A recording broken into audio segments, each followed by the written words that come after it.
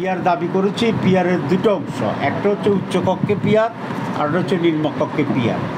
উচ্চকক্ষে পিয়ারের ক্ষেত্রে আমাদের যে 8 দল আছে তার ভিতরে একটি অংশ উচ্চকক্ষে পিয়ার চান, আর আমাদের ইসলামী আন্দোলন, বাংলাদেশ জামাত ইসলামী সহ আমরা কয়েকটি উভয় পক্ষে পিয়ার চাই। দাবি হিসাবে আমাদের উভয়পক্ষের দায়িত্ব আমরা যারা চাচ্ছি সেটা অব্যাহত থাকবে, আর যারা উচ্চকক্ষের দাবি করছেন তার সাথে পুরা জাতির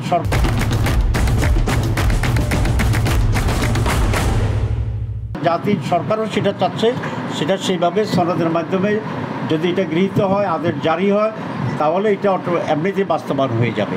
তো এইটাই হচ্ছে আমাদের এখনকার স্ট্যান্ডিং। ভাই, আপনারা সিদ্ধান্ত নিয়েছেন যে আলোচনা করে যে সিদ্ধান্ত না, গতকাল আলোচনার আহ্বান জানিয়েছেন। এখন ব্যাপারটা হলো যে সিদ্ধান্ত যেহেতু সরকারও আপনাদের দিকেই তাকিয়ে আছে, সেই প্রক্রিয়াটা কি হবে এবং আপনারা কি ভাবছেন কিরকম ভাবে আপনারা কি বিএনপির সঙ্গে আলোচনায় বসবেন কিনা? আসলে আমি তো গতকালকেই একটা আলোচনার আহ্বান করেছিলাম দলগুলোর ভিতরে।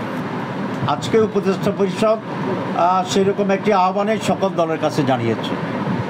আমরা এখন দেখতে চাই মেন স্টেক হোল্ডার মৌলিকভাবে যে সমস্ত দল আছেন তারা এই আহ্বানকে কীভাবে সাড়া দেয়। তো তারাও যদি একইভাবে আমাদের মতো সাড়া দেয় তাহলে আমরা সকলেই বসতে কোনো আপত্তি নেই, এবং বসলেই আমি আশা করি যে একটা রাস্তা বেরিয়ে আসবে ইনশাল্লাহ। 1, 2, উপদেষ্টা কমিটি যে সিদ্ধান্ত নিয়েছে সেটাকে আমরা স্বাগত জানাই, কিন্তু একটা বিষয় যোগ করতে চাই। কারণ হচ্ছে উপদেষ্টা পরিষদ যদি এটা মনে করে যে তাদের আর কোনো দায়িত্ব নাই, তারা কিছুই করবে না, দলগুলোই মিলে করবে, তাহলে এখানে একটা রেফারির অভাব হতে পারে।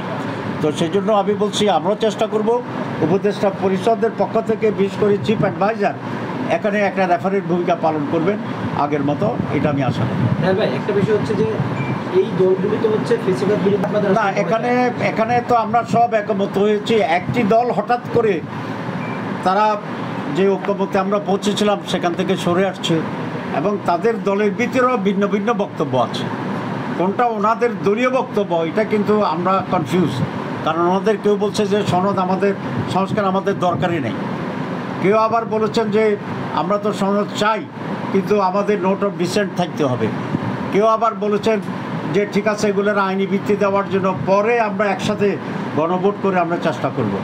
তো এখানেই মূল বিষয়টা এখানে আটকে আছে। তারা যদি এটা স্পষ্ট করেন যে এটাই আমাদের দলীয় বক্তব্য, এবং তারা বলেন যে তারাও আলোচনায় এসে একসাথে টেবিলে এটা সলিউশনের একটা উদ্যোগ নেবে, আমি মনে করি জটিলতাটা কমে যাবে এবং সেটাকে আমরা ওয়েলকাম করি। গণভোট প্রশ্নে আপনাদের যে স্ট্যান্ড আছে নির্বাচনের আগেই হতে হবে, এছাড়া আপনারা এখান থেকে সরবেন কিনা? বিএনপি সরবে না তাদের জায়গা থেকে? আমরা কোথায় সরব? কারণ হচ্ছে জুলাই সনদ যদি বাস্তবায়ন না হয় তাহলে গণভোট পরে হয়েও তো কোনো লাভ নাই, আগে হয়েও কোনো লাভ নাই।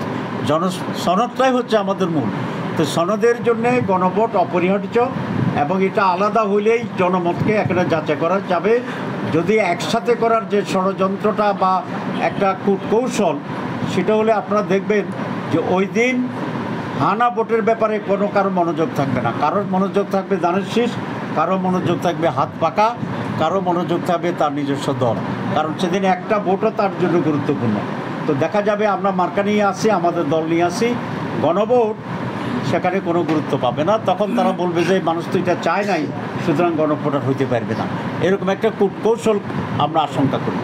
ইতিমধ্যে আমরা দেখেছি যে না গণভোট বিষয়ে না ভোটের একটা ক্যাম্পেইন শুরু হয়ে গেছে, যেটা আসলে জুলাই সনদ পরবর্তী বাংলাদেশে এটা আমরা কোনোভাবেই এই ধরনের অনাকাঙ্ক্ষিত পরিস্থিতি দেখতে চাই না আমরা।